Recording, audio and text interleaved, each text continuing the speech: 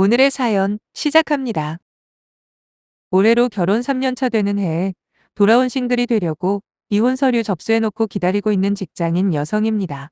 아무리 이해를 하려고 해도 남편의 내로남불은 누구도 이해할 수가 없을 정도라 오랜 고민 끝에 이혼 결심을 했네요. 사실 저희 부부는 다른 문제가 거의 없었습니다. 맞벌이 하면서도 누가 먼저랄 것도 없이 집안일 할 게 있으면 서로 나서서 해버리는 편이거든요. 거기다 남편도 저도 나름 탄탄한 직장을 다니기 때문에 돈 문제도 없었고요. 그렇다고 시가에서 시집살이를 많이 시켰냐 하면 그것도 아니에요. 그럼 왜 이혼을 했는지 궁금하시죠? 지금부터 그 이야기를 좀 해볼까 해요. 저는 전혀 후회되지 않는데 주변 친구들이나 직장 동료들이 겨우 그 정도로 이혼을 했냐 하더라고요. 그래서 이곳에 사연을 올려 많은 사람들의 의견을 알아보고자 이렇게 사연을 쓰는 거니 부디 끝까지 읽어주시고 댓글도 많이 달아주시면 제게 큰 도움이 될 것 같네요. 제 머릿속에 이혼이라는 두 글자가 처음 떠올랐던 건 바로 석 달 전이었습니다. 시어머니가 암 진단을 받으셨다는 소식을 들은 남편이 제게 회사에 휴직계를 내고 시어머니 병간호를 해주면 안 되겠냐고 물어보더라고요. 저는 단칼에 거절했습니다. 어찌 보면 시어머니가 편찮으신데 너무 모진 거 아니냐 하시겠지만 속사정을 알고 나면 생각이 달라지실 거예요. 사실 결혼하고 몇 개월 지나지 않았을 때 친정엄마가 큰 수술을 하셨어요. 매일 아침 운동으로 하루를 시작하는 엄마가 그날따라 조금 무리하게 운동을 했나 봐요. 그래서 다리에 힘이 풀린 상태에서 샤워를 하시다 미끄러운 바닥 때문에 제대로 넘어지신 겁니다. 연세도 있고 넘어지는 자세도 너무 안 좋았는데 그만 왼쪽 골반인대가 끊어져 버린 거죠. 지금도 똑똑히 기억이 나요. 회사에서 일을 하고 있었는데 엄마에게 전화가 와서 119에 신고를 하고 급하게 차를 운전해 가고 있었습니다. 가는 동안에도 얼마나 심장이 쿵쾅대던지 다행히 곧바로 병원으로 옮겨진 엄마는 인대 파열이라는 진단을 받았죠. 다행히 수술은 성공적으로 끝났지만 문제는 엄마가 완전히 회복할 때까지의 일상생활이었어요. 친정집에 아빠는 계셨지만 몇 년 전에 다니던 직장에서 정년 퇴임을 하시자마자 그동안 쌓였던 스트레스가 한꺼번에 밀려오셨는지 온몸 여기저기 안 아픈 데가 없는 상황이라 엄마가 집안일부터 식사까지 전부 챙겨왔었거든요. 그런 엄마가 이제 거동이 너무 불편해지다 보니 당장 부모님 생활이 걱정이 되던 저는 남편에게 양해를 구하고 몇 달만 친정부모님을 보살펴드리겠다고 했습니다. 그런데 충분히 이해해 줄 거라 믿었던 제 생각은 완전히 틀린 생각이었더군요. 뭐가 그렇게 못마땅한지 아예 못 숨지기시냐고 아버님도 계신데 굳이 제가 가서 돌봐드리는 건 오바 아니냐 하는 남편에게 결혼 후 처음으로 큰 실망을 했습니다. 하지만 저는 그냥 두고만 보기에는 마음이 너무 불편하다고 말하며 그렇게 겨우 남편의 허락을 받았어요. 솔직히 그게 남편의 허락을 받아야 할 문제인지는 모르겠지만 아무튼 그렇게 몇 달 동안 저는 이틀에 한 번씩 퇴근하고 친정에 들러서 청소며 빨래 그리고 간단하게 조리해서 드실 수 있는 음식까지 해드렸죠. 연차 월차 다 돌렸어가며 없는 시간 끌어모아 제가 할 수 있는 건 해드렸습니다. 그런데 남편이 그런 제가 이해가 안 된다고 하는 겁니다. 그러면서 그동안 함께하던 집안일을 정확하게 반으로 나눠서 자기 할 것만 하더라고요. 완전 쫌생이가 따로 없지 않나요?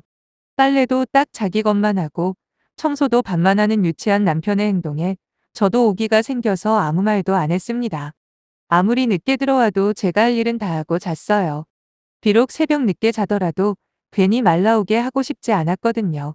까놓고 말해서 이게 남편으로서 할 일인가요? 어차피 세탁기 돌릴 거 제 옷까지 같이 빠는 게 뭐가 그렇게 힘들다고. 그리고 청소도 마찬가지예요. 진공청소기로 청소하는 김에 다 할 수도 있는 거잖아요. 하지만 남편은 정말 정확하게 반만 하기로 작정을 한 사람처럼 유치하게 굴더라고요. 제가 아무런 불평도 안 하니 더 약이 올랐는지 나중엔 밥도 자기 것만 해서 먹고 치웁니다. 제가 좀 바빠서 밥 먹은 그릇을 싱크대에 넣어두면 다음날 저녁까지 제 건 그대로 있었습니다. 그래도 전 신경 안 썼어요. 한 번 두고 보자는 심정이었죠. 거기다 당시에 제 머릿속에는 엄마 걱정뿐이었거든요. 연세가 많으신 상태에서 진행한 수술이라 회복이 생각보다 더뎌서 제발 완치만 되기를 빌었던 것 같아요. 그런데 어느 날 남편이 작심한 듯 저보고 언제까지 장모님 뒤치다꺼리 할 거냐고 따지는 겁니다. 사실 그때만 해도 어느 정도 엄마가 움직일 수 있을 만큼 상처도 아물고 물리치료도 열심히 해서 좋아졌거든요. 그래서 저도 슬슬 손을 떼려고 생각을 하던 시점이었는데 사위라는 놈이 장모님은 괜찮으시냐 물어볼 생각도 안 하고 찾아뵐 생각은 더더욱 없어 보이는 남편이 너무 짜증이 나서 엄마 완치될 때까지는 지금처럼 할 거라고 대답했습니다. 그러면서 저 역시 그동안 가슴에 담아두고 있던 말을 꺼냈죠. 당신은 사위가 되어가지고 자기 불편한 것만 생각하냐. 장모님 상태는 안 궁금하냐고. 솔직히 진짜 이럴 줄은 몰랐다라고 쏘아대는 제게 남편은 자기 식구는 각자 챙기는 게 맞는 거라고 저번에 한번 전화드린 거 잊었냐면서 되려 성질을 내대요. 그 순간 이 남자에게 사위 역할은 안중에도 없구나 싶어 포기하게 되더라고요. 저희 엄마 아빠는 참 품성이 바르신 분들이세요. 결혼하고 시가와 똑같이 용돈으로 매달 30만 원씩 드리기로 해서 드렸더니 완강하게 필요 없다고 하시길래 다음날 계좌로 넣어드렸거든요. 근데 바로 제 계좌로 다시 보내주시면서 이런 거 없어도 충분히 살만하다고 하시는 거예요. 그러면서 니들이나 잘 먹고 잘 살라고 지금 젊다고 돈 함부로 쓰지 말고 차곡차곡 모아서 빨리 자리를 잡으라고 하시는 분들입니다. 그 후로는 종종 선물을 보내거나 제가 찾아가서 맛있는 거 사드리는 걸로 대신했어요. 물론 시부모님은 별 말씀 없이 용돈 다 받고 계시고요. 그렇다고 용돈을 받는 시부모님을 탓하자는 건 아닙니다. 아무튼 몇 달간의 재정성이 통했는지 시간이 좀 걸리긴 했지만 결국 엄마는 예전 상태로 완치가 되셨어요. 하지만 그 사건을 통해 알게 된 남편의 냉정함은 가슴속에 깊이 박히게 되었고 그때부터 남편이 내 평생 반려자라는 느낌은 사라지게 되더라고요. 그래도 이혼까지는 생각 안 한 건 자기 입으로 자기 식구는 각자 챙기자고 말했듯이 남편이 저희 친정에 무관심한 만큼 제게도 시가에 뭐 해주기를 바라는 스타일이 아니었기 때문입니다. 최소한 한 입으로 두말하는 사람은 아니라고 생각했죠. 남편에게는 두 명의 형이 있습니다. 두 분 다 결혼도 했고 애들도 있어요. 그런데 명절 때 만나서 이야기를 들어보면 시어머니가 자주 전화로 심술을 부리는 모양이더라고요. 안부 전화 자주 안 한다고 잔소리, 손주들 보고 싶은데 얼굴 보러 안 오냐고 잔소리, 거기다 아주버님들 두 분 다 중간 역할 같은 건 아예 할 생각이 없답니다. 그에 반해 저 같은 경우에는 시가와 직접 연락하는 경우가 거의 없어요. 남편이 알아서 전화를 자주 드리거든요. 물론 막내 며느리인 저한테 바라는 게 왜 없으시겠냐마는 그것도 남편이 알아서 바라지 마시라 미리 못 박아둔 모양이고요. 그래서 시가 문제로는 다툴 일이 없을 거라 믿고 살았습니다. 그 일이 있기 전까지는요. 몇 달 전 시어머니가 몸 상태가 평소랑 다르다고 하시길래 형제들이 동무와 종합검진을 시켜드렸나 봐요. 그런데 거기서 암 진단을 받게 된 거죠. 물론 그나마 다행히 갑상선암 초기라 그렇게까지 심각한 건 아니었지만 그건 제 생각이고 남편은 마치 하늘이 무너진 듯한 반응을 보이더라고요. 솔직하게 말하면 제가 한창 편찮으신 엄마 돌봐드릴 때의 남편의 무심한 태도를 보고 너희 엄마 아프면 보자. 똑같이 해줄 거다 하고 앙심을 품은 적도 있습니다. 그때만 해도 남편한테 너무 서운했거든요. 몸도 힘들고 정신적으로 어디 기댈 데도 없어서 말이에요. 그래서 시어머니나 시아버지가 아프게 되면 나도 네가 했던 그대로 해주마 다짐할 정도였습니다. 하집나 막상 시어머니가 아프다는 소리를 들으니 마음이 또 약해지더군요. 그래서 남편과는 다르게 직접 찾아뵙기도 하고 중간중간 전화도 드렸습니다.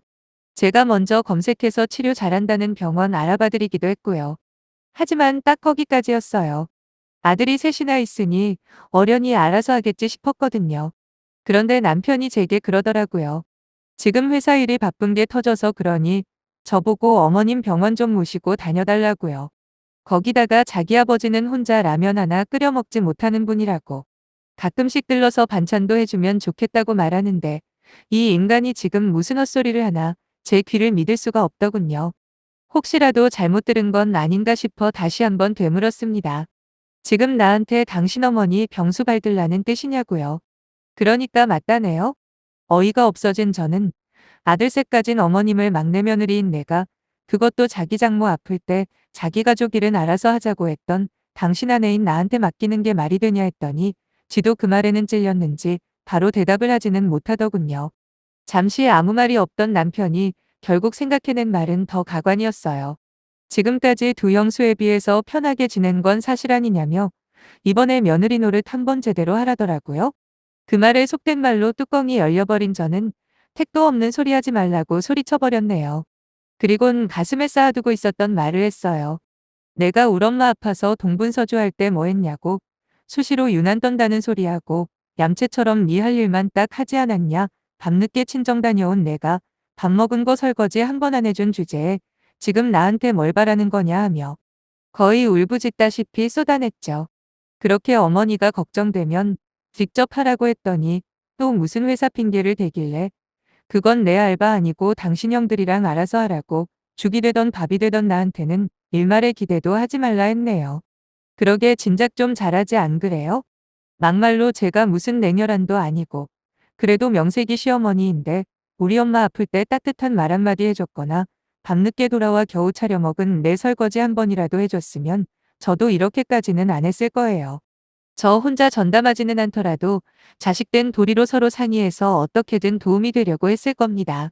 하지만 남편 놈이 우리 엄마 아플 때 어떻게 했는지 지금도 기억이 선명하고 가슴에 큰 상처로 남아있는데 호구짓 자처할 만큼 저 호락호락하지 않거든요. 제가 워낙 강하게 반발을 하니 더 이상 말을 하진 않더라고요. 대신 그날 이후로 무언의 시위가 시작되었는데 일단 남편은 저와 대화 자체를 거부했습니다. 밥도 안 먹고요. 제가 어떤 걸 물어봐도 못 들은 척 저를 마치 투명인간 취급하길래 저도 바로 무시했고요. 방도 따로 쓰더라고요. 옷방에서 나오지도 않고 혼자 컴퓨터 게임을 하다 자는 남편을 보면서 저는 처음으로 이혼을 생각하게 되었고 가장 친한 친구를 만나 이야기를 했죠. 고등학교 때부터 지금까지 저를 가장 잘 이해해주는 친자매나 마찬가지인 친구였거든요. 워낙 사려 깊은 친구라 주로 제가 고민을 털어놓는 쪽이었고 늘 현명하게 최선의 해결책을 제시해주다 보니 제가 그 친구를 많이 의지하고 있는 게 사실입니다. 아무튼 제 이야기를 다 들은 친구는 한 달만 남편이 없다고 생각하고 살아보라더군요. 그래서 이 남자가 있던 없던 내 인생에 아무 변화를 못 느낀다면 더 이상 부부로서 함께 사는 건 의미가 없는 거 아니냐며 그때는 이혼을 진지하게 고려해보라고 하는 겁니다. 어차피 남편이 먼저 저를 없는 사람 취급하고 있으니 딱히 제가 노력할 건 없었어요. 그런데 일주일 정도 지났을까 혼자 산다고 생각하고 사니까 제 삶에 아무 변화가 없는 게 아니라 믿지 못할 만큼 홀가분하고 자유로운 겁니다. 지금까지 하나부터 열까지 뭘 하던 남편과 연결해서 살아왔더라고요. 물론 하나가 아니라 둘이라는 게 좋을 때도 있었지만 어느새 제게 남편의 존재가 아무 의미가 없어진 것뿐만 아니라 오히려 남편이 있음으로 해서 제가 불행해지고 있구나 하는 깨달음을 얻을 때 즈음 남편이 어느 날 결정타를 날려주더군요. 저녁에 퇴근하고 웬일로 이야기 좀 하자고 하던 남편이 자기 형들이랑 많이 상의를 해봤다면서 며느리 셋이서 돌아가며 시어머니를 보살펴드리는 걸로 결론을 냈답니다. 그러면서 저는 막내 며느리니까 제일 부담이 적을 거라 하더군요. 두 형님들은 애 키우느라 전업이거든요. 그래서 유일하게 일을 하는 제게 가장 편한 시간대를 먼저 선택할 수 있도록 자기가 이야기를 해놨다는데 바로 그 순간 전 모든 걸 끝내기로 결심했습니다. 한참 열을 올리며 말을 하는 남편을 멈춰 세웠죠. 이야기 더 들을 필요 없다고 했더니 남편은 눈을 동그랗게 뜨며 저를 쳐다보대요. 당신 어머니랑 만날 이유가 사라졌다고 했습니다. 지금까지 혼자 삐져서 혼자 사는 것처럼 지내더니 기껏 생각해낸 해결 방법이 결국 아들들은 쏙 빠지고 죄 없는 며느리들에게 맡기는 거냐고. 너나 니네 형들이나 똑같은 인간들이네. 너네 같은 것들도 아들이라고 미역국을 드셨을 시어머니가 참 불쌍하다 한마디 해주고 전 친정으로 가버렸네요. 그리고 며칠 후 미련 없이 이혼 서류 접수했습니다. 솔직한 말로 혼자 먹고 사는데 아무 지장 없는데 저런 미성숙한 남자를 남편이랍시고 데리고 사느니 차라리 더 늦기 전에 제 인생 찾는 게 정답이라고 생각했기에 미친 듯이 걸려오는 남편의 전화 모조리 씹었습니다. 앞으로도 최대한 얼굴 보는 일은 없도록 할 예정이에요. 처음엔 결혼한 지 얼마 됐다고 벌써 이혼하려 하냐 했던 부모님도 몇 시간에 걸친 재하소연을 다 들으시더니 잘 생각했다고 말해주시더라고요. 재산 분할 같은 건 법에서 시키는 대로 할 거고요. 다른 건 없어요. 하루라도 빨리 완벽한 혼자가 되고 싶은 마음뿐. 절대로 지금 이 마음 변하지 않을 겁니다. 진짜 제 인생 찾아가야죠. 많이 응원해주세요.